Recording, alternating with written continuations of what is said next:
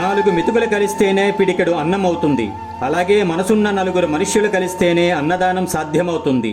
పట్టెడు అన్నం లేక ఎంతోమంది శ్మశానానికి పయనమవుతున్నారు. ఈ దీనులను చూసి గుంటూరు సిటీ ఆరగ్రహారములో గల కోనేరు వద్ద కొంతమంది సహకారంతో ప్రతిరోజు అన్నదానం ప్రారంభించడం జరిగినది.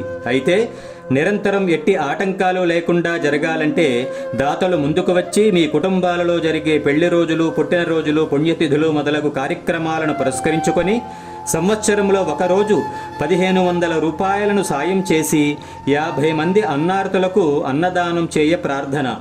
కులం, మతం, హోదా వంటివి చూడకుండా ఆకలి అని ఎవరు వచ్చినా అన్నం పెట్టాలని గమనించమనవి. ఆకలి రోగానికి అన్నం అనే మందు ఇచ్చి వైద్యులవుదాం. అన్నదాత సుఖీభవ. జై హింద్.